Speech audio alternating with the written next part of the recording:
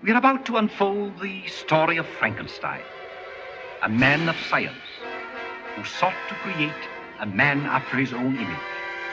It is one of the strangest tales ever told.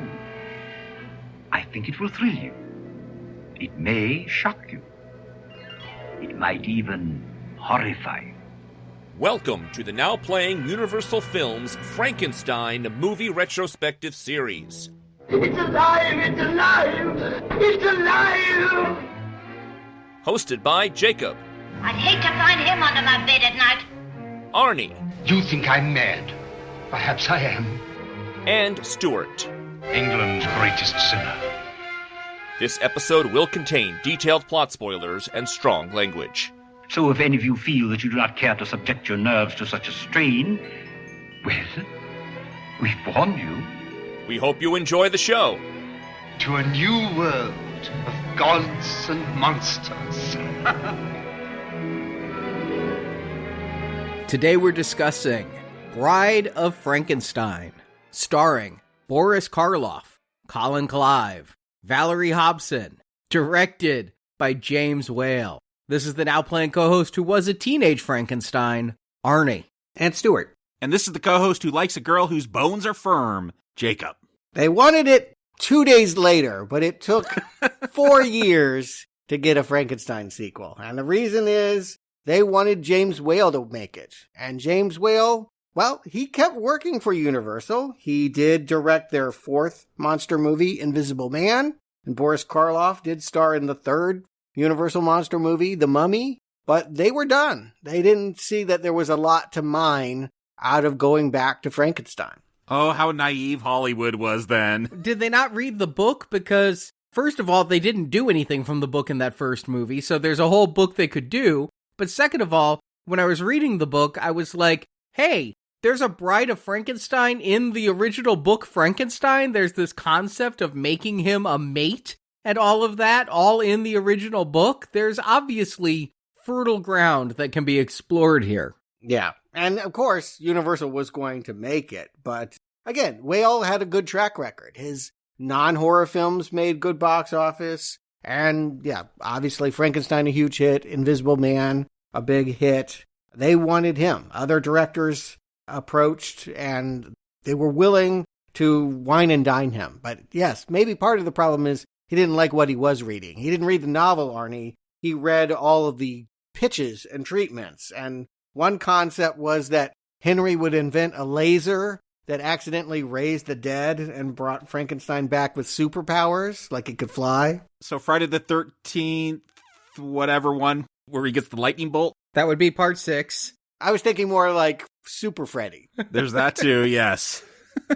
There was one where, this one just felt like a ripoff of, you talk about Todd Browning, Freaks, if you ever saw that one, that Henry and Elizabeth would become puppeteers in a circus, and like they would perform like the Frankenstein story with marionettes, and then Frankenstein would join the sideshow and they'd have to like have a come together or something. Just, I don't get it. It sounds weird. Yeah, it sounds weird and not like working. So they had lots of treatments for years and years. So needless to say, just giving him a bride, that was not the next idea. Well, yeah, there were treatments like that, but they all were focused more on Henry. Why do you want to focus on the man? Well, you said you didn't understand him, and in this one, he was going around collecting dead women. And so, yeah, they had one where he was building a bride, and he would actually kill Elizabeth, his actual wife, to complete that bride. And okay, that sounds good. Yeah, I agree. Maybe something there, but the other thing happening around this time, production code. All of a sudden, you can't get away with some of the stuff that was in that first Frankenstein. People would have problems with you throwing a monster into a lake. They cut it. They cut it from later prints. So you had to make, more story, but having to be more subversive about it. You'd have to sneak stuff in.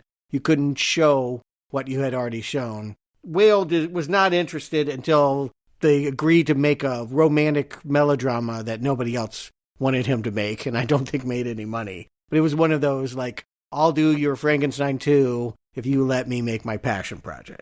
One More River. Didn't watch it and don't plan to. It's funny because this is considered a classic and the film that he made in order to whore himself out for this, yeah, I've never heard of it either. Forgotten but time. And that's not so unusual, right? That's actually a very common story. Directors have it in their heads that they know that their passion projects are what are needed, but sometimes making the commercial thing, The Godfather being the perfect example, is the thing that makes your career. And certainly this one was big for James Whale's career. His last kind of hit. I think he made Showboat after this, but pretty much this was the end of his movie making. And I mentioned last time, this is put in the National Registry. Many critics call this even better than Frankenstein. I had seen it, hazy memories. I think my memory, having rewatched it again this week, was I didn't understand it was a comedy. I thought it was kind of a stupid movie because I didn't understand that it was supposed to be kind of subversive and funny. Okay, you're already addressing some of my issues here, because I had never seen this one, and I was surprised that we're going to be discussing a comedy. Yeah. I think one thing that's clear is James Whale, he didn't want to make it. He sort of inserts a character that's sort of a poo-pooer of, like, the idea. I think it became a campier, sillier thing because the director said, there's no way that I can make it scary. I have to play it more as a lampoon, more as a kind of farce. And they shot it really fast, it should be said. I'm just always amazed when I read about these production schedules of these old movies. They started in January, and they put it out in April for Good Friday. This was a Good Friday movie with all this religious imagery. Well, yeah, resurrection, right? Yeah. Frankenstein's monster is risen. I mean, everyone knows that Good Friday box office is a big deal in Hollywood, yeah. Yeah, it cost about $100,000 more than Frankenstein and didn't gross nearly the $12 million. I think it was $3 or $4 million, but still a sizable hit. And again, some people would tell you, artistically speaking, it certainly traffics in new areas. Whether they're better or not, yet to be determined. But let's find out about this story, Arnie, because it does go in some weird directions. Give us the plot.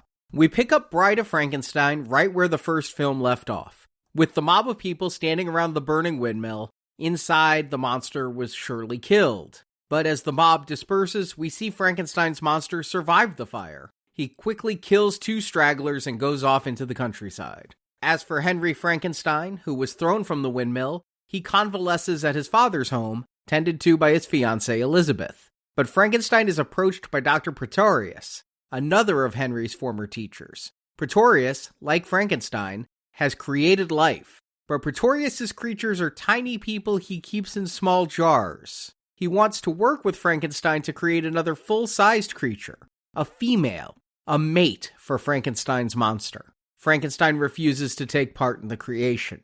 Meanwhile, the monster has been captured by the townspeople, but he escapes and ends up making friends with an old blind man. The man teaches the monster how to speak and how to smoke cigarettes. But their friendship is interrupted by 2 townspeople who recognize the monster. He must again escape being hunted. He goes to the graveyard where he comes upon Dr. Pretorius, who is there digging up corpses to make the monster's mate. Pretorius befriends the monster and has the monster kidnap Elizabeth, holding her hostage to make Frankenstein help build the female monster. Frankenstein makes the female monster. First he gives her life, then he gives her a huge hairdo. But this bride rejects her intended bridegroom. The monster gets angry. He allows Frankenstein and Elizabeth to get to safety, but then he blows up the lab, killing himself, his bride, and Dr. Pretorius as credits roll. As we get started, you didn't even mention that we start in 1818 with a prologue that introduces us to the author of that book they're not using, Mary Shelley. When it dawned on me that this was like Mary Shelley talking to Lord Byron and, I've got another tale for you. I'm like, whoa, it's one thing to have a guy come out and go, you're going to watch a very horrifying movie. Like, that feels appropriate. Like this, all of a sudden, I don't know where I am. This feels like a very bizarre place to start The Bride of Frankenstein. What's freaking me out, though, is that this has some historical accuracy. Frankenstein was written on a dare when she was with Lord Byron and Lord Shelley, and they all decided to write horror stories together, and who could come up with the scariest idea. Yeah, it's juicier than that. It should be said, they made movies about this, and I remember really liking one. Ken Russell, who makes some wild-ass movies, made one called Gothic. It was called A Thinking Man's Nightmare on Elm Street, but it was exactly about the idea that these poets were shacked up all summer long in this mansion bored, and they came up with nightmarish stories. Haunted Summer was one. It had Eric Stoltz and Laura Dern. Again, it was popular to think about the creation of Mary Shelley's Frankenstein. I will also share that she was not Mary Shelley at this time. She was the mistress, and the wife ended up killing herself before she got together with Percy. So yeah, a lot of dark stuff you could play off of, the truth as opposed to the fiction on the page. Here, I just think it's a way of reminding folks what has already happened. And the director said he wanted people to notice, curious to know if you guys did, that the nice woman that's sewing that seems pretty could also be the Bride of Frankenstein. It's played by the same actress, Elsa Lanchester. I did not pick that up. I did notice in the opening credits, it said the bride, ... So, yeah, I'm like, what 1930s actress are going to bring out that I'm not going to know because I wasn't alive then? But they did that for the first movie, too, for the monster. I didn't catch it that time. In the opening credits, it said the monster, ... But then in the end credits, it said the monster Boris Karloff.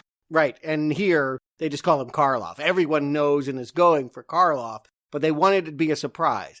Is it a surprise? I had to look it up because I wondered if it was like Troy Karloff. Like, what did they not get Boris back for this one, but they got his son because they only credited him as Karloff. So I did end up looking that up, and no, he's like Madonna now. You don't need to call him Boris. Yeah, he was made a superstar because of that. His honeymoon was ruined. It should be said, he got married when that movie came out, and he spent the entire time doing press junkets and couldn't attend to his new wife. So Frankenstein had taken over, and the expectation is he was going to do it, whether James Whale was coming back or not. But again, the tease of this movie is, what will the bride look like? Will she be monstrous? Will she be pretty? What actress would play her? Yeah, that was kept concealed. I wonder, though, my question is, if you look at any of the posters, you would know going into the theater before Frankenstein what he looked like, and before Bride of Frankenstein what she looked like. So do people just not pay attention to ads? I wonder that even nowadays with trailers, and I just feel like films, can't we just get past all this? We know what happens, but I guess there's always going to be someone. You got to pretend that there's some clueless individual that's going to walk in off the street, because this look is as iconic as Karloff's Frankenstein look. Like, I already knew what the bride looked like. I haven't seen this film. I knew exactly what she looked like, though.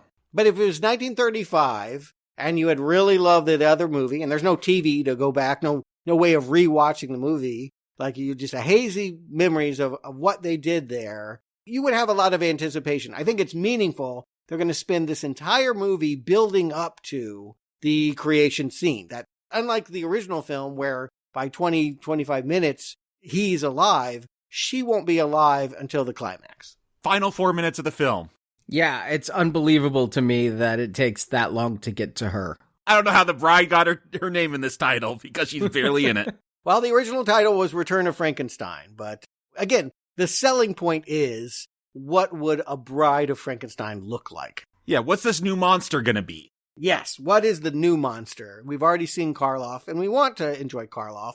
Karloff doesn't exactly look like he did in the last one. It should be said, they've changed the makeup a little bit. Apparently he gained weight. Part of it was, God bless him, he could eat, and his cheeks weren't as not filled in as before, and so he didn't do the trick about pulling out his dentures. His face is not sunken like it was in that first one. They've also tweaked the head, like they have it so that, if he burned up in the fire, he's got singed hair and he's got burn marks on his face that are going to scar. There's a lot about the makeup that, again, they've surprisingly kept continuity and made adjustments and changes to this character. They want to see a Frankenstein's monster that grows and changes. And as we get back into that story, he's a killer. I wouldn't admit that last time. I insisted this is a child that is only reacting to a cruel world. But nope. I see a monster when we get back to the mill and he's yanking Maria's dad. The girl that he accidentally killed, he's now, well, admittedly, that guy's coming for him, but he's going to choke him out. Yeah, but I do blame him too, like you, Stuart, like Maria's dad. And it's great how it's shot when he goes down to that mill and it's all flooded and all the burned beams and Frankenstein's there in the shadows. And But yeah, I do feel like my first note is Frankenstein's a killer this time. Like, he is not the innocent, and he is going to be more of a scary monster than an innocent monster. More than just that caged animal backed into a corner this time. He could kill the dad was going to kill him, but they kill the mom, too. He throws the mom. Yeah, when he throws her in. Here's the thing. When he threw that little girl in, he didn't know that she wouldn't float. But he knows what he's doing when he throws her into that water. Yeah, Boris Karloff gives great facial expressions during this. He's showing anger and aggression with this. I mean, it is clear that this is a crime of hatred. Yeah, well, I mean, understandable. I don't think the audience is against him because, keep in mind, these villagers did ask for it. They did burn down the mill with him inside of it. They would kill him. They've all dispersed and gone home. But yeah, he's right to be angry. That's where he starts. I definitely see that they have now recalibrated this Boris Karloff into a killer. And the surprise is he will change and grow and soften as the movie changes and grows and gets goofier. But what about this Henry? Again, last time when he hit that windmill, back broken, I don't know how. It doesn't even seem like any doctors attend to him. They just kind of put him in a wheelbarrow, cart him home, and he's just convalescing in a bed for half the movie. They act like he's dead. I thought they were retconning the end of the last movie and killing him right here because of that wheelbarrow thing. And then they're like, oh my God, he's alive. And yeah, he comes back really easily. Yeah. And they reused the same actor, Colin Clive. He is back in this part. The studio did not want him. He was a notorious alcoholic by this point and had gotten so sick that he had, I don't know how you drink yourself to this point. They had removed a lung? I didn't know you could lose a lung. Yeah. I thought that meant you were dead. No, you can lose one lung. You just can't lose two lungs. They're like kidneys? Yeah. If you have cancer, you can lose a lung. That happens quite a lot. Yeah. Part of this, they didn't want him to be such a lethargic character, but they had to write him that way because he was just in such a terrible medical state. And I guess the woman that played his wife was in a asylum. She was having some mental breakdowns. And so they cast a 17-year-old girl to be the wife this time. I don't know if you noticed a difference. Oh, I noticed it wasn't the same actress. I did not realize this one was underage. Yeah, it's a strange, with her coming home and welcoming him, it just doesn't have the same vibe. And again, I never felt like it was a romance last time. They never sold me that Elizabeth and Henry should be together. I kind of am missing the Baron. He's totally out of the picture. They say he's dead, and Henry is now the Baron. Yeah, I didn't catch when that would have happened. This is like the next day from the last movie. Yeah. Yeah. It's strange. I mean, again, we saw him toasting his son in bed. So I don't know. Again, continuity is not that important. They're not able to buy the movie, rewatch it 100 times, be able to hold side by side the different versions. Maybe you missed these things. Maybe you don't notice. But everyone would know that Dr. Pretorius was not in the original. This is a very new vibe coming into this movie around the 15-minute mark. Yeah, this is when, again, I start to scratch my chin. What kind of film is this? Because when Pretorius is around, I'm like, this is like a black comedy, right? Is this a parody of what Henry Frankenstein was? I think what some people would tell you is this is James Whale, the director, putting an avatar of himself into the movie, that he very much looks and acts like this. This was a close friend that he had used in other comedies, putting in here, described as a, quote, very queer looking man and bringing a lot of gay camp into this picture. I definitely feel like this movie oftentimes gets cited as a queer classic because of Dr. Pretorius. Oh, I didn't get that off of him. What? Oh, okay, because, yeah, again, when he showed up, I all of a sudden did not know what kind of film I was in. Yeah, he wants to be partners and probe the inner mysteries of life and death. He's making things out of his seed. Yes. They cut some lines, but there was, when he's talking about creation, he's like, you can do it the natural way, but I have to do it through science. That was a line that the censors didn't like. But yes, this character was very much written to be sort of the gay scientist that is going to disrupt this wholesome marriage and take Henry back into this disturbing world of creating life and playing God. Now, why he has 6 people in jars, I think that was just a novel special effect. Oh my God, this special effect. It may have been novel, but it certainly was silly. No, yeah, when this happens, I'm like, okay, this is a B movie camp where the silly tiny king is climbing out of his jar and getting picked up by tongs. Like, I've got a smile on my face because it is so bizarre, but I'm like, this is a very different place from that goth, I feel bad for Frankenstein that I was going through with the last film. Again, Whale was like, there's no point in coming back to Frankenstein.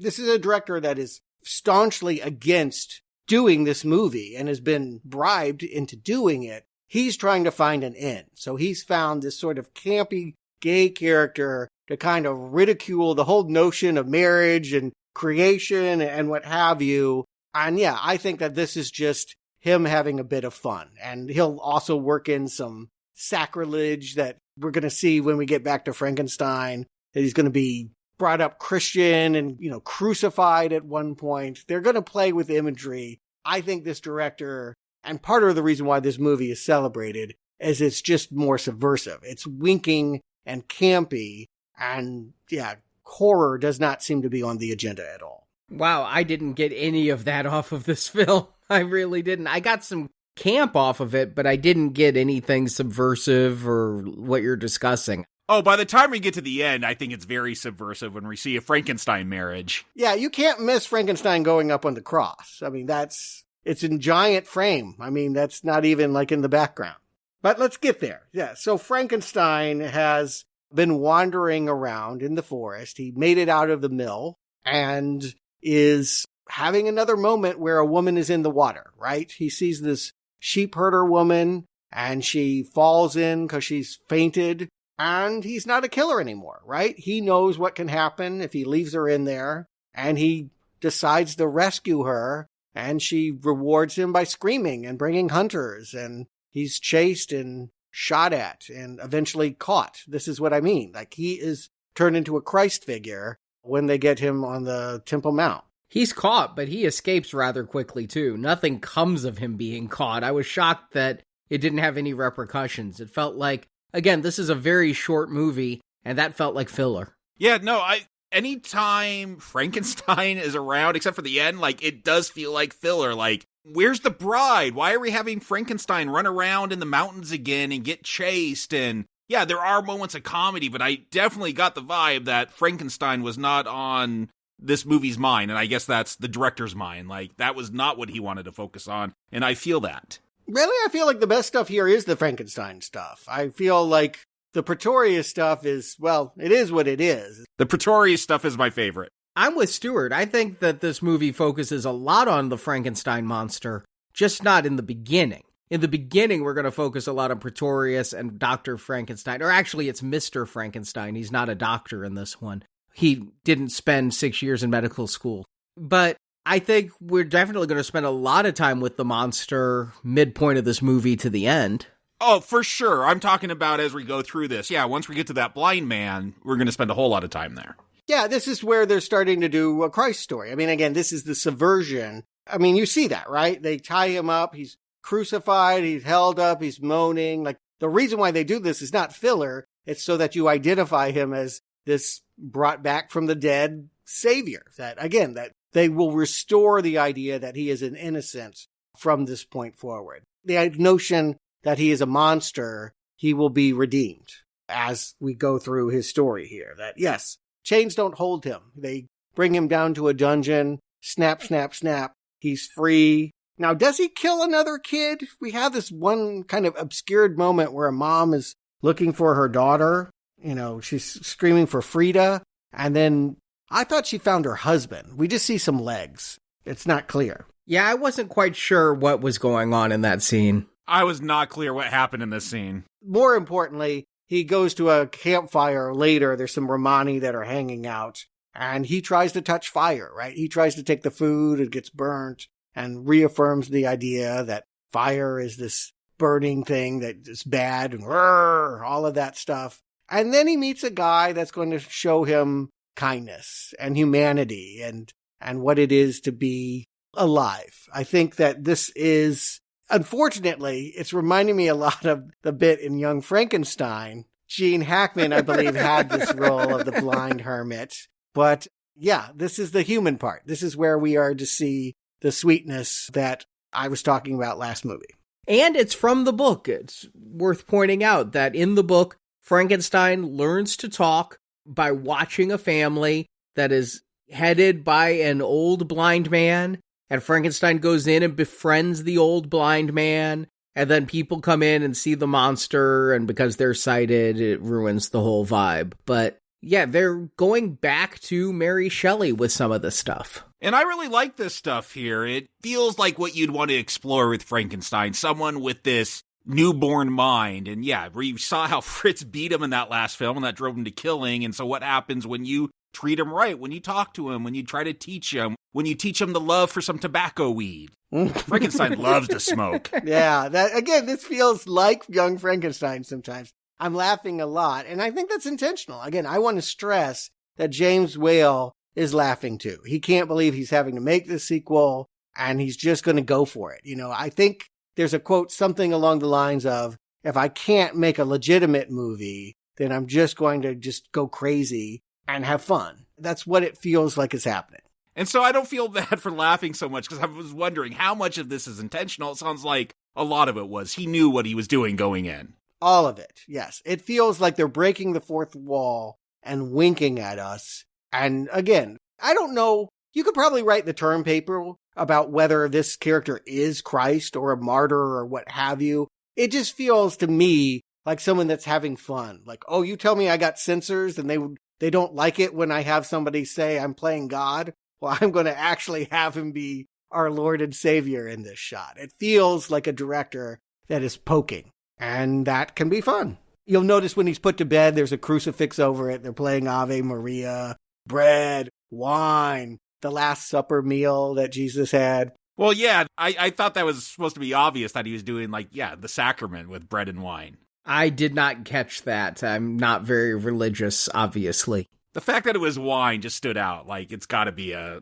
Christian thing. Here's the thing, this is the 1930s. Men smoke, men drink wine. I didn't know this was intentional camp. I didn't realize that. I thought this was just the times. Well, then let me ask you, how are you experiencing it? Are you laughing? Oh, I'm laughing, but I thought I was laughing at it. And I was going back and forth. Sometimes I felt like, yes, this is supposed to be funny, and other times I'm like, is this supposed to be funny? But it sounds like it was all supposed to be funny. 100%, yes. Don't think that this was some naive... Yeah, I mean, this wouldn't be the sequel, right? If you were going to just make a sequel, you would have done something much more cut and paste. And that they're doing all these weird flourishes and putting all of this... Yeah, spending all this extra time on Frankenstein and not his bride, to me means that, yeah, they're having a lot of fun and kind of laughing about the last movie.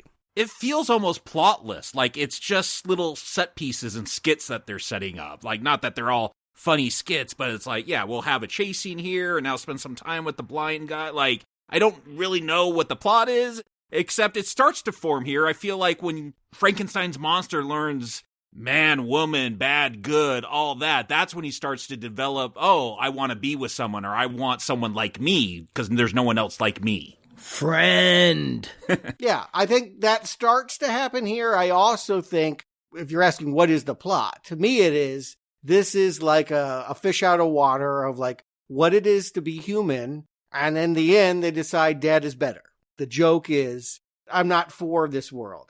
In the end, is any of this worthwhile? I'll take the afterlife. I'll take being dead. Because, yeah, a lot of this is misery. Yeah, he makes this one friend, and they have a couple sweet scenes here, but it's not long before some hunters blow in, and the whole place burns down, and they're shooting him. Yeah, I love that they burn it down. Even though Frankenstein's monster is, like, fleeing it, they're like, we're still gonna burn down the hermit's place. It wasn't clear to me how the fire might have started. I know that initially the hermit was trying to show him fire's not always bad. You can smoke with it. You can cook with it. But I think that when the guys started pulling their rifles, Frankenstein's monster just started, I don't know. It seems like he was just erratically throwing things and attacking, and the fire was accidental. But this is what I'm talking about, how like this plot just goes wherever it wants, because the next scene is Frankenstein's monster is just like in a tomb, And Pretorius just happens to be there looking for a woman? Well, here's the one thing that I think they got wrong with the script, is that I feel like this should have come before Pretorius goes to Henry.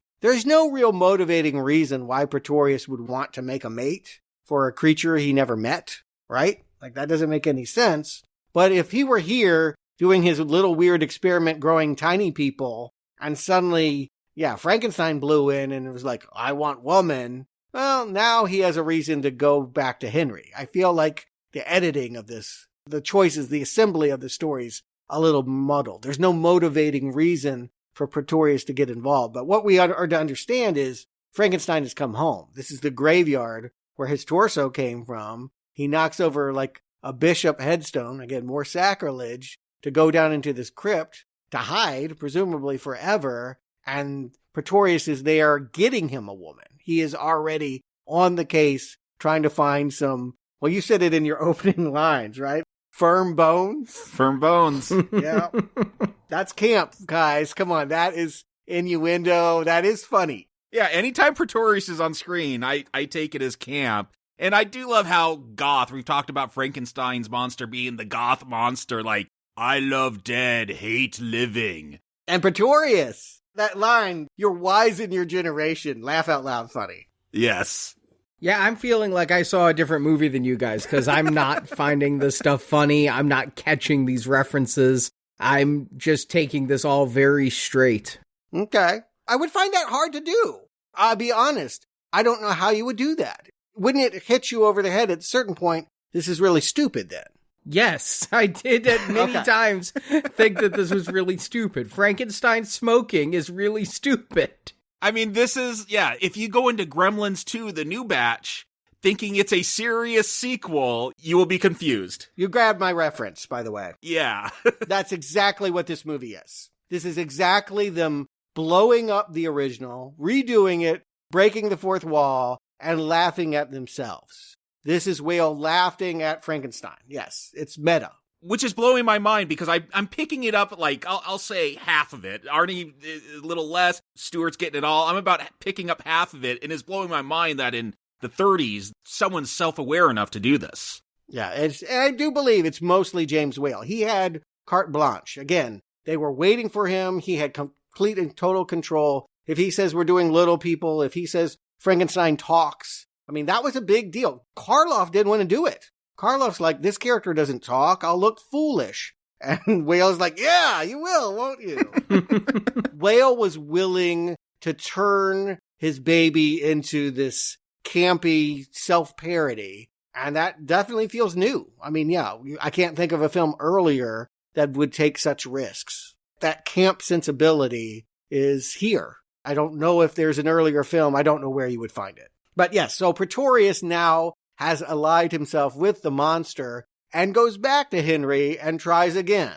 Won't you please help me with this experiment? I thought Henry was on board. Like the last time he seemed like he was pretty gung-ho with it. I guess I just can't track this character, ever. Yes. Yeah.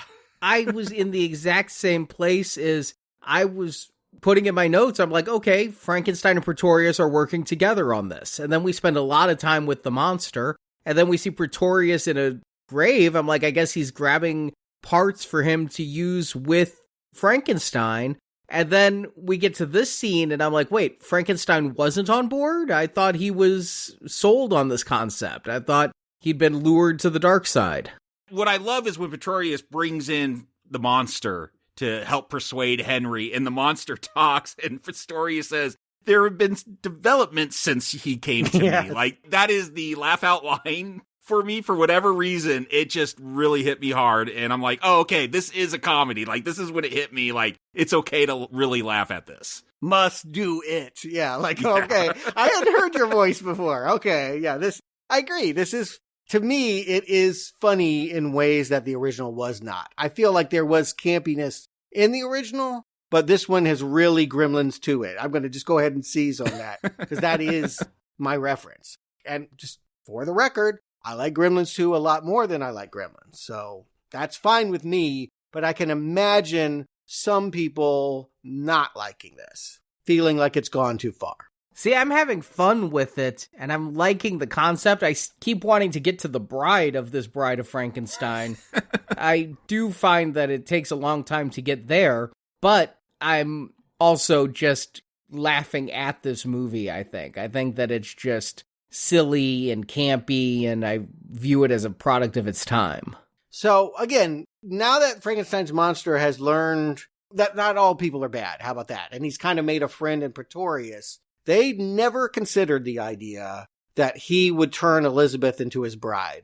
But doesn't it feel like that's what the movie should do? When he kidnaps her, don't you feel like she should have the beating heart that they need to make her come alive? I feel like you don't use Elizabeth in this movie, and that's a huge mistake.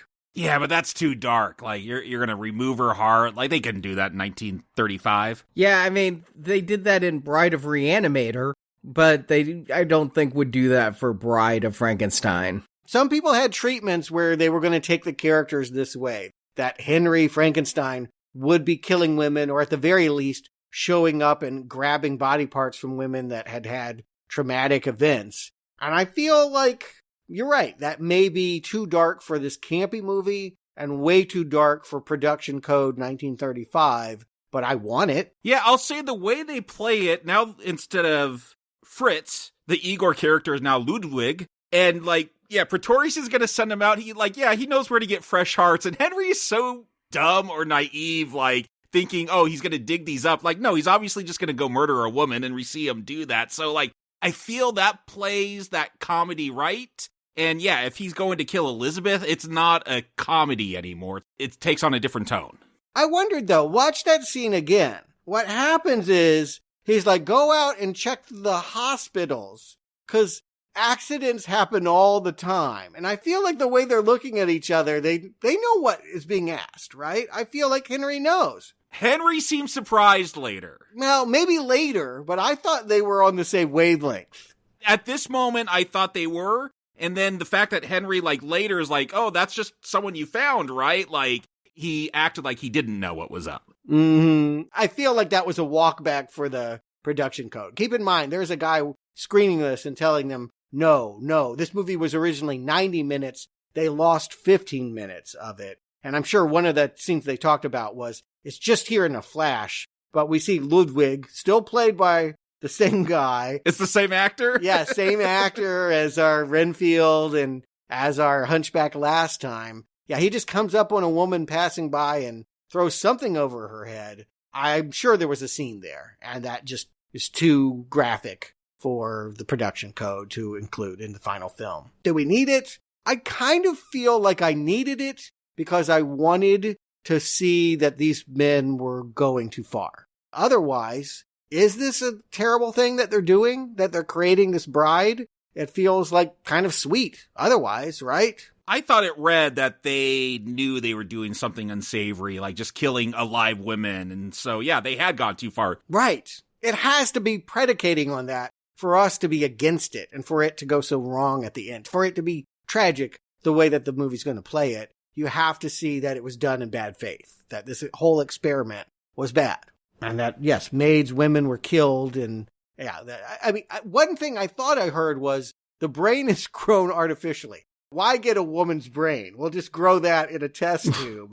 But we do need an actual heart. So they kill some woman for a heart, grow the brain. I don't know where the rest of the body is, but all of a sudden we are now at the climax and there is a feminine form going up into the sky with kites this time to catch the electricity. Yeah, and this is where, like, they have to give Frankenstein, I guess, something to do. Like, he was drugged, and now he's throwing... I thought he was going to, like, mess up the experiment or something. He throws a guy off, and it, like, hits that kite. I thought that might do something, but it doesn't. Yeah, I don't understand. Wouldn't he be excited? Like, these people are working for him. Yeah, it didn't make sense to me.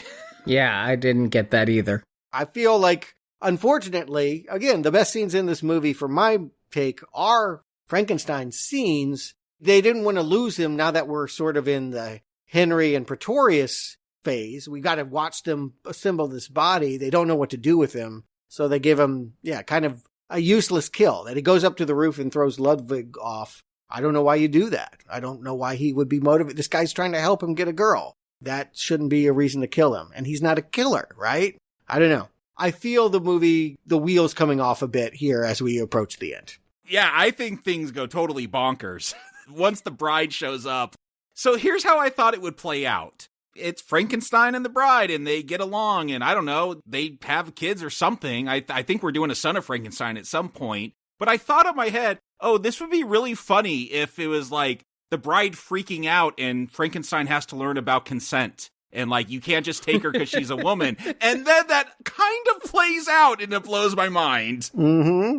And I actually really enjoy this ending. Once the bride shows up, and I'm not saying campy, I'm not saying laugh at it, I'm saying that there's some serious drama that I see here. I actually really like the horrified version of the bride, how she is just not having Frankenstein's monster as her mate. And Arnie, are you recognizing her as Mary Shelley, or does that ever occur to you? No, that I didn't catch that. That was missed on me till I saw the credits. Yeah, I don't think you can, because there's just so much about the bride that is overshadowed by her hairdo. The fact that they have the lightning bolts in her actual wig. Is there any production notes, like how they came up with that look? It is such a great look. It's still Pierce, the same guy that came up with the look for Boris. They gave it to him, and they said he acted like a real diva. She did not like him because he was like, I'm the star here. I'm the one that will give the performance. And she, didn't take to that. But he's kind of right. I mean, he might not have been fun on the set. But yes, this vision is as iconic as the bolts in the neck and the enlarged forehead. Absolutely it is. Which is why it's so stunning to me that she has so little screen time. Well, I get that you're building up. This is the climax. What happens afterwards, who knows, right? Like, we want to know what she looks like, and here she is. And it's a whole, again, they do the hand thing first, and they peel back the bandages, and you see the eyes, and they stand her upright, and she's got the feminine form. She's hot. It's worth pointing out. Yes. It's pretty clear that even before they're done, they're not going to make her as nasty looking.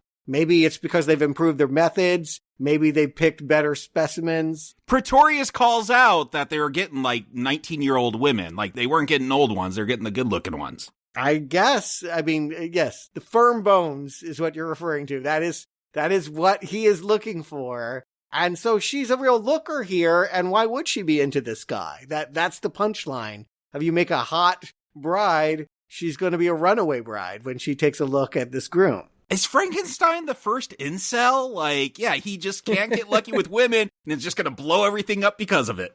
Mm-hmm. Yeah, it just affirms everything that he had been feeling. It sucks to be alive. This is no fun. Dead is better. We belong dead. I love that moment, actually. I think it's a really solid moment of self-actualization. And I wish the bride may not belong dead. I don't know that she deserved or wanted to die. She didn't want to be with Frank's monster, but she may not have wanted to burn up with him either. Again, I think because, follow me here, if we love Boris Karloff, we don't like the girl that breaks his heart, right?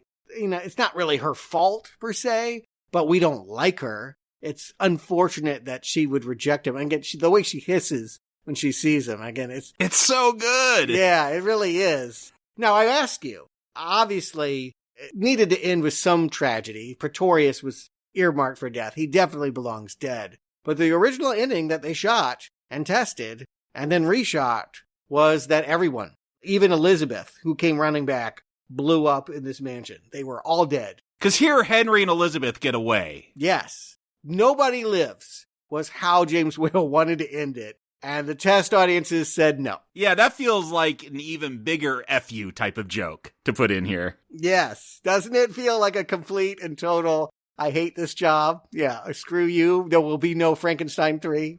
Yeah, Frankenstein himself being killed, I could go with. But killing Elizabeth is a bit much. Yeah, certainly, a character that's only been seen as pure and only been victimized. Yeah, I don't know. It doesn't feel like an act of martyrdom, trying to bring back the religious themes. It just feels more of just like, okay, I'm tanking this franchise so that nobody can do anything more with it. And the fact that they are spared does mean that they can pick up, and we will be talking about a son next week in 4 years when they relaunch. They have somewhere to go.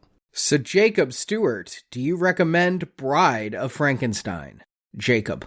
This was a real surprise because I didn't expect to be laughing during any of these old black and white. I don't remember doing that with any of those Dracula sequels, like laughing and having a good time. And yet here I am during this one, like, yeah, sometimes I'm like, this is really clunky. Is this supposed to be funny, or is this just like weird 1930s culture that we're out of touch with it? That's just not the way we jive anymore. And so it's good to hear that, yes, this is supposed to be funny, because I had a real good time laughing at the camp, laughing at, just like tiny kings climbing out of test tubes. Like, you have little people like that on camera, like B-movie fun. And that was a surprise, like that they swung so far that way. I'm glad they did. Like, the fact that the bride is just screaming in horror as she has to be put together with this man. Like, wow, I didn't expect to have this kind of, self-aware comedy in 1935.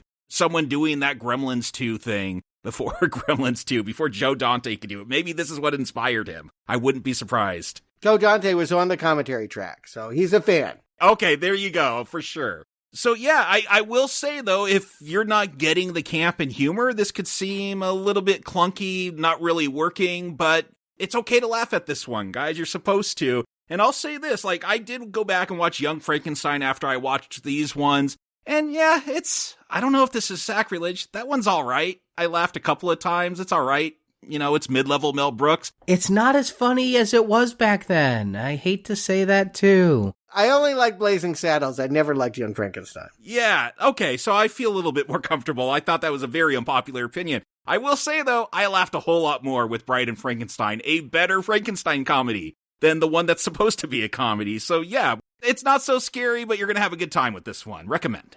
Stuart. Yeah, and I don't know that I've come to the idea that the bride is better, that she's more impressive than her groom. All I can really say is that I appreciate that James Whale wanted to throw a great wedding, that he wanted everyone smiling, and he just creates this madcap energy that does remind me, you've mentioned Gremlins 2. The other one I was thinking of is, this feels as much a prequel to Rocky Horror Picture Show as a sequel to Frankenstein. It really breaks the fourth wall and laughs at itself, and just, the censors, the whole gay camp character that comes in, the religious imagery, the institution of marriage, you name it, it's all fodder to be ridiculed, and this silly, campy trip that, still has some heart. I will say Karloff is surprisingly good in his scenes, even though it's ridiculous watching him smoke cigars and some of the things he's asked to do. I think he is actually better. I think he has grown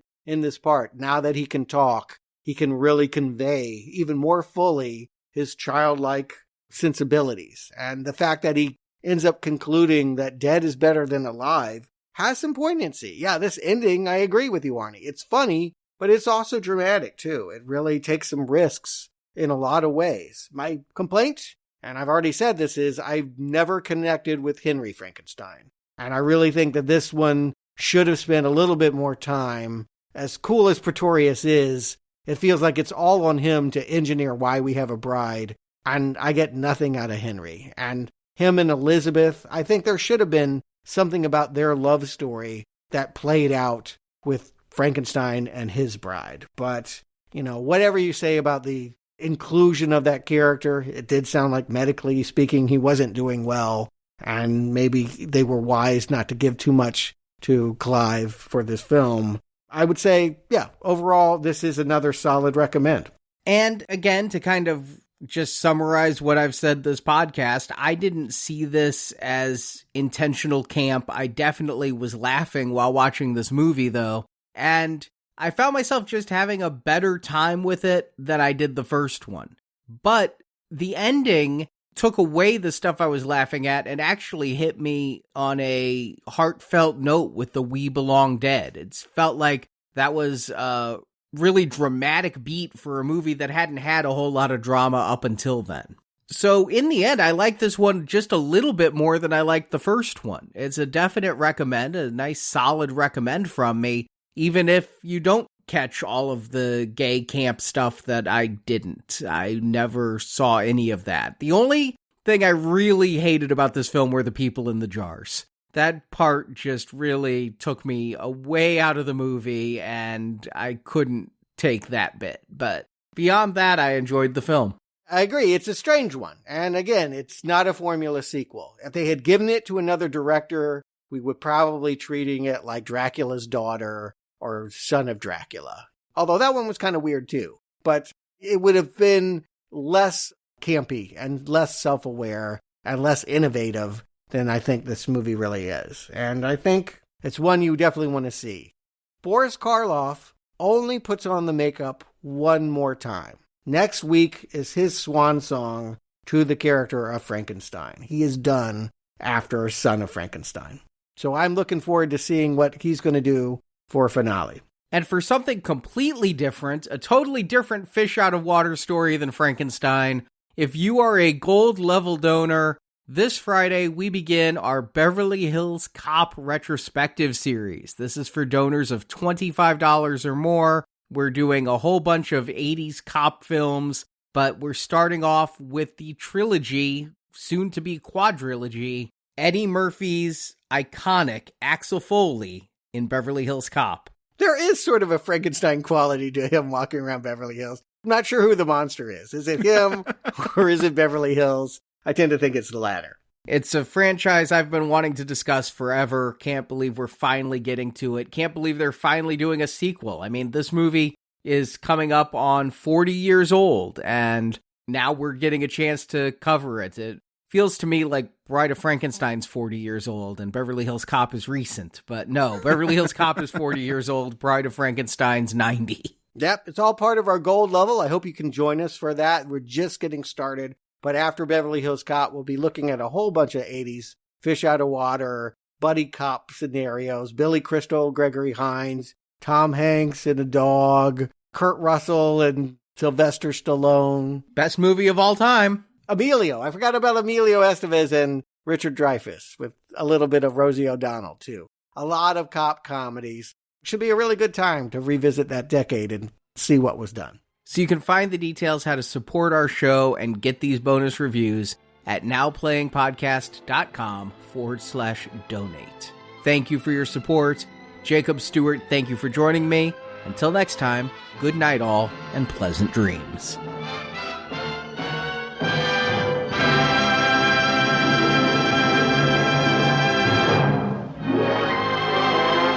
on.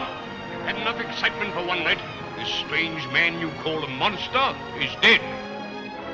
Thank you for listening to this Now Playing Podcast movie review. We hope you enjoyed the show. I must continue my experiments.